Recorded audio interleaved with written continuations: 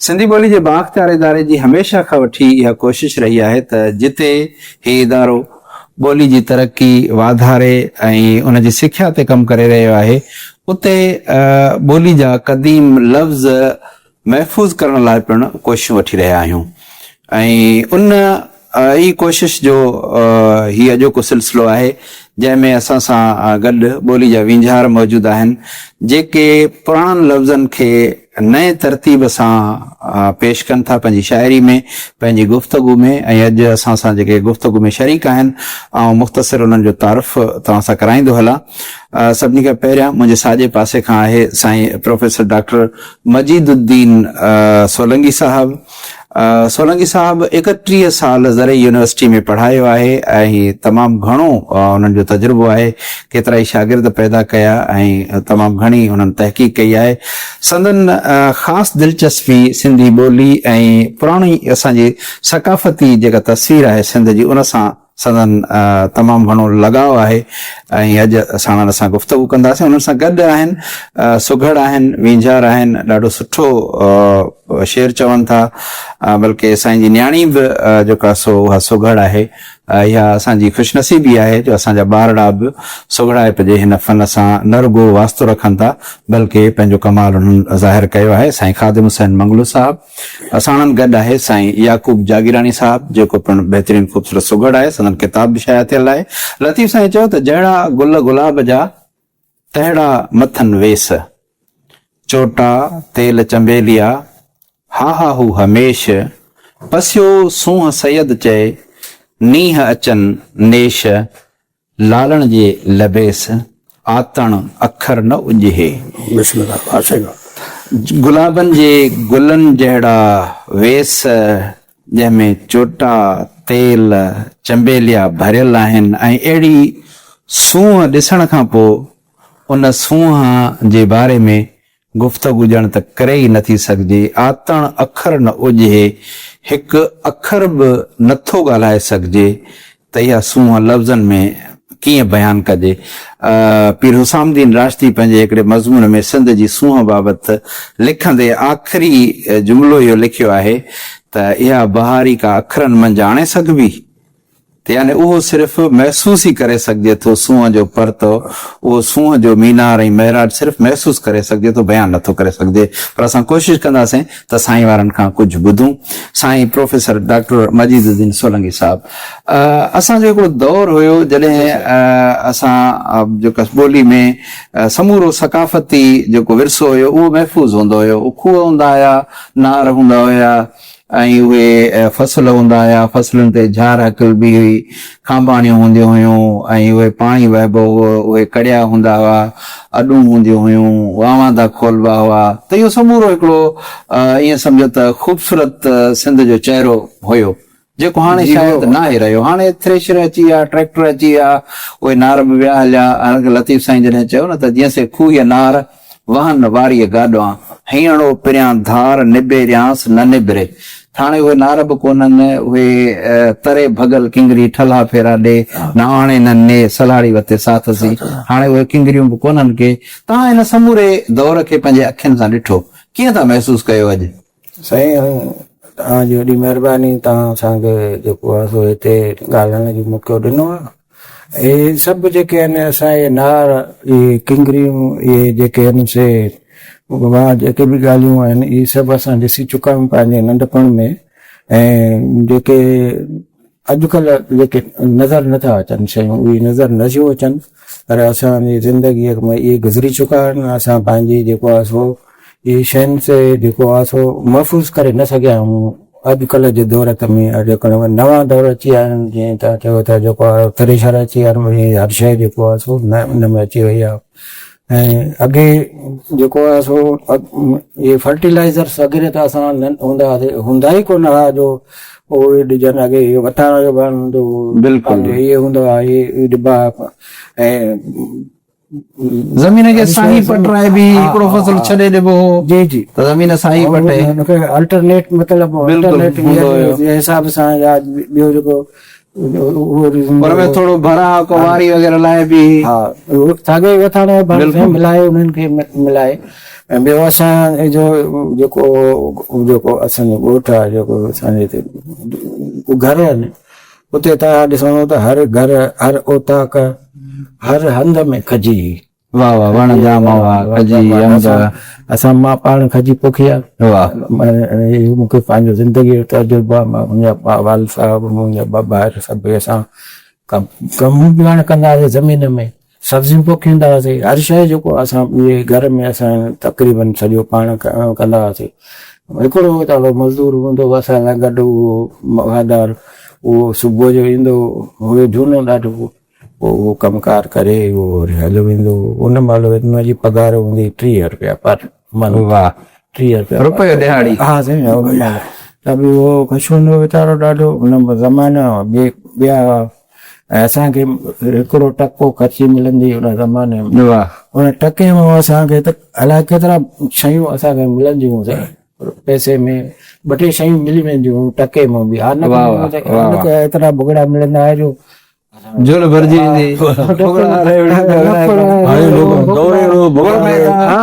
सभु कुझु इहो जेको आहे असां ज़मानो इहो ईअं गुज़री वियो आहे ऐं असां जेको पढ़ियासीं प्राइमरी स्कूल में उते जेको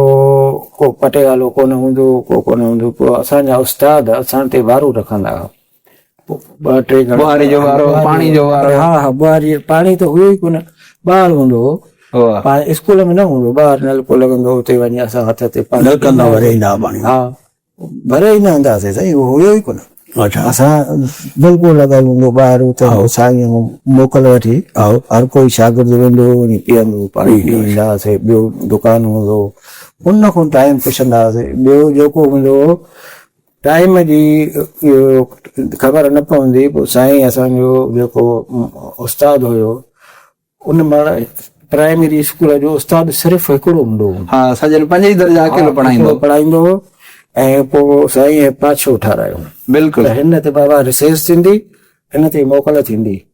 हा पाछो हिते हाणे रिसेस जो वक़्तु थी वियो आहे हाणे मोकल जो वक़्तु थी वियो आहे असांजो उस्ताद अहिड़ो उस्ताद हो साईं जो असां अॼु ॾींहं ताईं उनखे विसारे न सघियो आहे वाह अहिड़ो उस्ताद हो सुबुह जो अॻे उस्ताद साईं जो नालो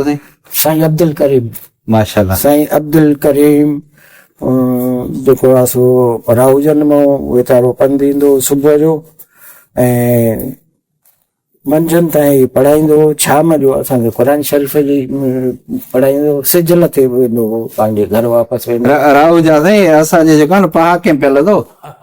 राहुजन में राति छल कादर न विझे कंहिंजी आहे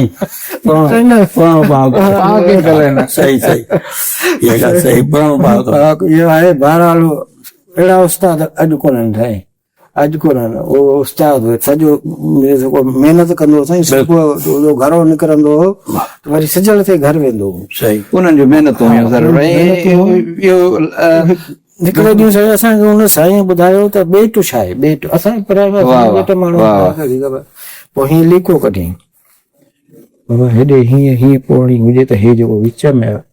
हीअ जेको आहे सो ॿेट आहे उहो असांखे अॼु ॾींहं ताईं यादि आहे असांखे साईं उस्ताद बख्श अली राजपुरे उस्ताद कलंदर बख्श अंसारी असांखे पढ़ाईंदा हुआ त उहो ॿेट असांखे चवनि त सुभाणे ॻोठ वञी घर वञी ॿेट ठाहिजो अची ॿुधाइजो त कीअं ठाहियो अथव उते वाकई ईअं जेका सो चौधारी उहा खॾ खोटे विच में खुशकी छॾीसीं हुनमें 2 बाल्टियूं पाणी जूं वारियूंसीं त उहो सॼो ॿाहिरां पाणी भरिजी वियो त हाणे चौधारी पाणी हुजे ऐं विच में खुशकी हुजे त इहो ॿेट त इहो बिल्कुलु उस्ताद हुन वक़्तु हालांकि इहो प्राइमरी में पढ़ाईंदा तमामु लाइक़ु उस्ताद हुआ बहितरीन हुन टाइम जी पुराणी जोग्राफी या पुराणी जेका पढ़ाईंदा उहो उनजो रंग ई निरालो हुयो साईं याकूब साहब वटि वॾो खज़ानो आहे हुन अंबनि जा क़िस्म ऐं हिकिड़े शेर में ॾिना आहिनि त असां चाहींदासीं त उहो शेर साईं खां ॿुधूं जंहिंमें अंबनि जा मुख़्तलिफ़ नाला हिकिड़े शेर में छो त अॼु मौसम बि अंब जा आहे बिल्कुलु हिन में जेके बि नाला आहिनि उहे जेके मशहूरु अंब आहिनि उन्हनि जे नाला आहिनि वाह वाह जो त केॾा कुर्ब कामिल ख़ातिर कया साहिब रब सतार मेवा पैदा मुल्क में कया ॾेहनि जे ॾातार कुझु क़िस्म पंजा जो त यादि पिया आहिनि यार बम्बई अलमास अनवर टोल रावले रुखसार देसी दुसेरी दिलपसंद गुलाबी गुलजार बादामी बखमलपुरी खीरोल मुल्तानी मालदार बादशाह फिलोरीजन झोल जमादार ज़ैफ़रान ज़मर सां थियनि था बाग बहार वाह सही वाह सही बात पताशो लाल बादशाह गोला जागीरदार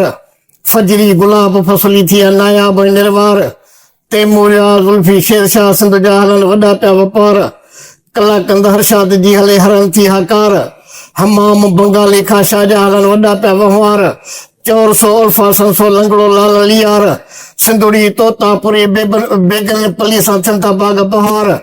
समरो हाथी गिलास सभिनी जा सिंगार पीर जो पगारो कलेक्टर वठनि दिलि दुकान खां वाह सही वाह सही वाह मौला जी महिरबानी सां थी विया कुर्ब करार अदा मालिक से मुख्तार कया हिन यकावड़ याकूब जो यकावड़ याकूब वाह सही वाह सही वाह याकूब वाह ॿियो साईं गुल पिया आहिनि हाँ गुलनि ते वाह वाह थी वञे वाह भाई गुल गुल चिमन में गुलज़ार थी विया साजन आहे शारक वेई शुभ बराबर शाम शवना पिया शुक्रान कनस सूर जो त सलाम तसदाई आहे सूरत यश्क पे चवे इमाम दिल पे दिल रुबा उर्फ नोज़वा तंजा ठा ठाओ का ठाम बदन बखमलो चंदन चंबेली नर्द पढ़न नाम केस कीमती विदन दाऊदी से दाम वाह वाह वाह हे घोरिया गुल गुलाम ते जानब तो जागी रानी चवे वाह जागीरानी वाह वाह सही वाह सही वाह गुल चमन में गुलजार थिया आहे अजीबन ने गेंडू रंगी सूरज मुखी लाता रंग राबेलन ने नीलो फर शाम शरना पिया शुक्रान करने शब्दो सूरत इनाद बोए खोलिया गुल गुलाबन ने पसी मुखो महबूब जो कई गुलदारी गुलन ने पिरियन जे पगर जो हो मिलो वंडो संतन वाह वाह वाह सही है खुशबू पिरियन जे पगर पिरियन जे पगर जो हो मिलो वंडो संतन ने अदा घोरिया गुला गुदाम गुलन जाते जानब तो जागीरानी वाह जागीरानी वाह सही वाह सही पीर एजाज वॾो शाइर हो सभिनी जो ॿुधल हूंदो त भली यार आहे तुंहिंजो लख भलायूं त पीर एजाज बि हिकिड़ो शेर चयो आहे उन में 50 खां मथे गुलनि जा नाला खयां आहिनि तो आऊं चाहियां थो त उहो बि दोस्तनि जे साम्हूं रखूं त असल में लफ़्ज़नि खे ईअं महफ़ूज़ करे सघिजे थो उन्हनि खे शाइरी में कतब आणिजे उन्हनि खे गुफ़्तगू में कतब आणिजे उन्हनि खे पंहिंजे ॿारनि सां ॻाल्हाइजे उहे लफ़्ज़ जेसीं ताईं असां ॿुधाईंदासीं कोन सम्झाईंदासीं कोन त लफ़्ज़ महफ़ूज़ न रही सघंदा शयूं मटिजनि थियूं दौर मटिजे थो ऐं दौर जूं घुर्जूं मटिजनि थियूं इहे एसी ताईं जो उहे फसल जेके अॻे थींदा जीअं साईं सवेर ॿुध सुणी जो फसल हाणे किथे किथे थींदो हूंदो त थींदो हूंदो आम त उहे केतिरा ई अहिड़ा फसल हुया केतिरियूं भाॼियूं हुयूं उहे हाणे ख़तम थींदियूं थियूं वञनि गुलाबनि ते वरी ॿिया तजुर्बा करे उन्हनि जो रंग नस्ल मटाए ॿिया गुल था ठाहिनि पिया ज़ाहिर आहे साइंस आहे साइंसी तरक़ी थी आहे पर साइंसी तरक़ी जे हिन दौर में असांखे पंहिंजो माज़ी न विसारणु खपे असांखे पंहिंजे सकाफ़त सां जुड़ियल ऐं जड़ियल रहणु घुरिजे ऐं उन जी हिकिड़ी तस्वीर असांखे पीर एजाज जे हिन शेर में नज़र अचे थी ऐं तव्हांजे साम्हूं उहो शेर पढ़ां थो गुल गुलाबी गुल कंवल गुल मोतियो गुल आफ़ताब वाह गुल गुलाबी गुल कंवल गुल मोतियो गुल आफ़ताब ही त गुल पर ॿिया बि गुल अॼु कोन सांदा तुंहिंजो ताब गुल नाफरमान नसरीन नरगस गुल नीलोफर गुल नसीम गुल शाहू गुल अश्क पेचू गुल शर्म ऐं गुल शमीम रात जी राणी हुजे तोड़े अरनो उनाब ही त गुल पर ॿिया बि गुल अॼु कोन संदा तुंहिंजो ताब गुल बिनफ्शो गुल बदामो गुल बरग गुल मुश्क बेद गुल सन्यासी सरो सोसन गुल सुंबल गुल सर सफेद समन लाला थे सलामी जे ज़रो खोली नकाब ही त गुल पर ॿिया बि गुल अॼु कोन सांदा तुंहिंजो ताब गुल चंदन चौगिर्द चंपा गुल चंबेली गुल चनार गुल इलाची आमू अर्जन गुल अनोपर गुल अनार रश्क में रेहान राबेलो जल में पेवियो जाए आब ही त गुल पर ॿिया बि गुल अॼु कोन सांदा तुंहिंजो ताब गुल गोलाड़ो छाहे गूनी गुल गेंडो छाहे गिलास गुल दाऊदी छाहे दोसर गुल दोपहर छाहे दास छा हज़ारो छा हिनाई छा संदहि शोलो शबाब ही त गुल पर ॿिया बि गुल अॼु कोन सांदा तुंहिंजो ताब हिननि गुलनि गुंचनि ऐं गुलशन खे सजण घाई घणो हिननि गुलनि गुंचन ऐं गुलशन खे सजण घाई घणो लालूं शमूं कमर कतियूं शम्स शर्माई घणो पाण पंहिंजे हुस्न जो एजाज़ चए तूं कर हिसाब ही त गुल पर ॿिया बि गुल अॼु कोन सांदा तुंहिंजो ताब ही शेर असां जो साईं इमदाद जाफ़री साहब ॾाढो ख़ूबसूरत नमूने पढ़ंदो आहे अॼु खेनि बि यादि कयूं था हाणे इहे इते ॿोली महफ़ूज़ थी थिए इते पुराणा लफ़्ज़ महफ़ूज़ था थियनि साईं मंगला साहब तव्हांजो बि हिकिड़ो शेर आहे पुराणा लफ़्ज़नि ते उहो असांखे ॿुधायो जी सर पुराणे लफ़्ज़नि ते आहे त पुराणा लफ़्ज़ सिंधी सारा वञनि था कंदा नए नस्ल खां किनारा वञनि था वाह साईं वाह पुराणा लफ़्ज़ सिंधी सारा वञनि था कंदा नए नस्ल खां किनारा वञनि था हर कोड़ो हरिया हली वई ॾियारी मुठो ॾोड़ा ओड़ नाड़ी पंजारी जुटल डांद प्यारा वञनि था पुराणा लफ़्ज़ सिंधी सारा वञनि था कंदा नए नस्ल खां किनारा वञनि था वाह साईं वाह जॾहिं जाट जोड़ो वारे में हणंदो हणी हर हारी वारे में हणंदो अॻूणियूं बनियूं ॿारा सभु वञनि था पुराणा सिंधी लफ़्ज़ सारा वञनि था इते मूंखे हिन जाट वारी ॻाल्हि ते हिकिड़ी जेका सो ॻाल्हि थी यादि अचे वरी अॻिते शेर खे हलायूं था जी जी अगरि जाट ओड़ अॻे वांगारूं थींदियूं हुयूं हाणे मूंखे यादि आहे त असां वारे पासे ॾे हू छा कंदा जो अठियास काइबा पंज एकड़ छह एकड़ गॾु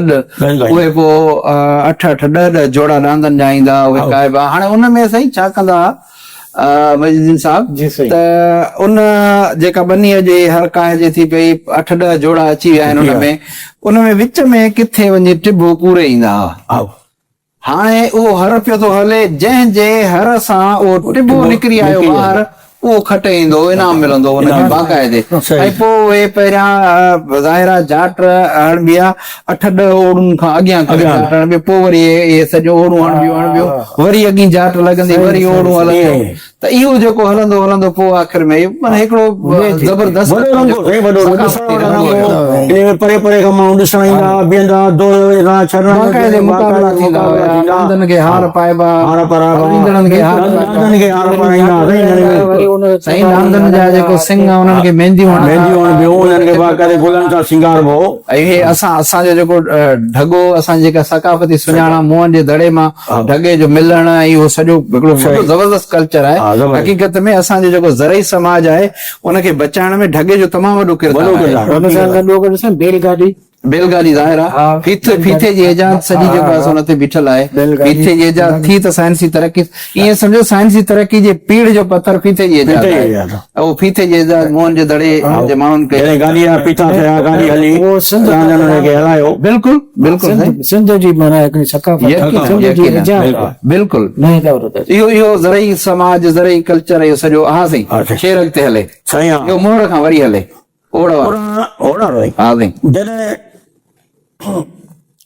जॾहिं जाट जोड़ो हो वारे में हणंदो वाह वाह हणी ओग हारी ॿारे में हणंदो अॻूणियूं बनियूं ॿारा सभई वञनि था पुराणा सिंधी लफ़्ज़ सारा वञनि था कंदा नए नस्ल खां किनारा वञनि था ॿधी काबो लुणबो खखड़ गांव कढ खां पखियुनि खे ॾिबो ट्राओ कढ अॻियां माण्हू मंगला मोचारा वञनि था पुराणा सिंधी लफ़्ज़ सारा वञनि था कंदा नए नस्ल खां किनारा वञनि था साईं तव्हां पिया ॾिठा जारियूं थियूं ज्वारनि जूं जारियूं थियूं खांबाणियूं घोड़ा तोता पंहिंजो